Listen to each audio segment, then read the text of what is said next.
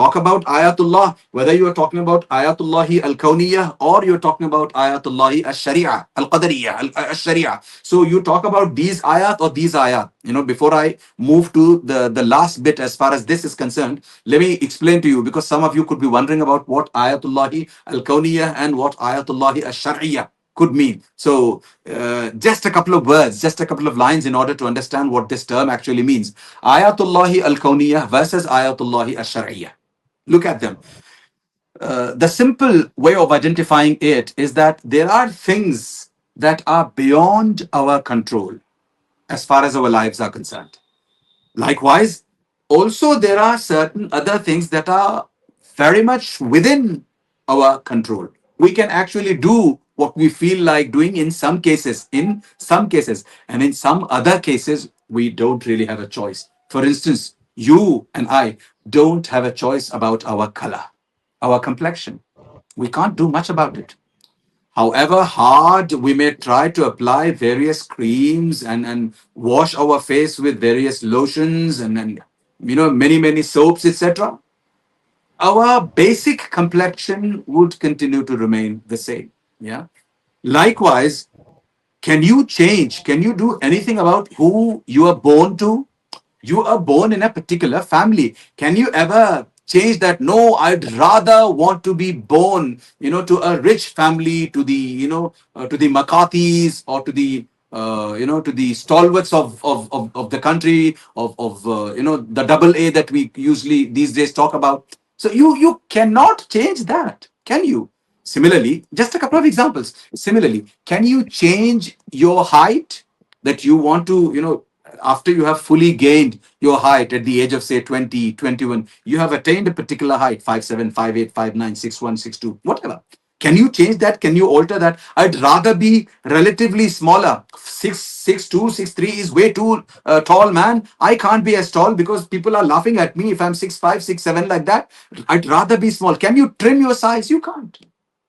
There are so many things within our body that we can't change. Within ourselves that we can't change. These are ayatullah al-kawniyah. Yeah. Similarly, ayatullah al-shar'iyyah. There are some other things that are in your control. I mean, these things, the point I'm talking about, the reason I'm talking about all these things is, once again, in order to highlight that Allah Azza wa Jal does exist and it is He who has created us. So the second point, ayatullah al-shar'iyyah. There are so many things that you and I can actually do. The muazzin, makes a call. Allahu Akbar, Allahu Akbar, Allahu Akbar, Allahu Akbar, Ashhadu an la ilaha illallah. And then he goes on to say, Hayya ala salah, Hayya ala al-falah. It is our choice. There is no compulsion. These are the signs of Allah Azza wa Jalla. Allah Azza wa Jalla is calling us to go, do the salah, pray the salah. But we could choose to deny, excuse me, I'm not interested. Excuse me, I don't have time. Excuse me, I'd like to pray, another time. Excuse me, I can start. You can continue to deny all that. It's not just about salah. Allah Azza wa Jalla has made certain kinds of food haram for Muslims. For instance, alcohol is absolutely forbidden.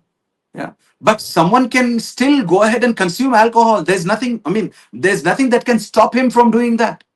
So what I'm saying here is that when you look at those ayat that are under your control and those that are not under your control, you can clearly make a distinction that yes, it is Allah Azza wa Jal who has made me like this, who's given me this height, who's given me this complexion, who got me to be born in a country like this, in a place like this, in an era like this. In 2025, I'm so and so old. I couldn't have been born 2000 years ago, 500 years ago. I couldn't choose. So I don't have a choice. It's all gray for me. However, there are some areas that are not gray, that are placid. I can actually change, manipulate whatever I like. However, there are consequences. There is a price that I may have to pay on the day of judgment. Or sometimes I may have to, pay the price right here in this world. So there are people who have paid a price for not doing certain things that were lawful and doing certain things that were unlawful. And consequently, their lives changed.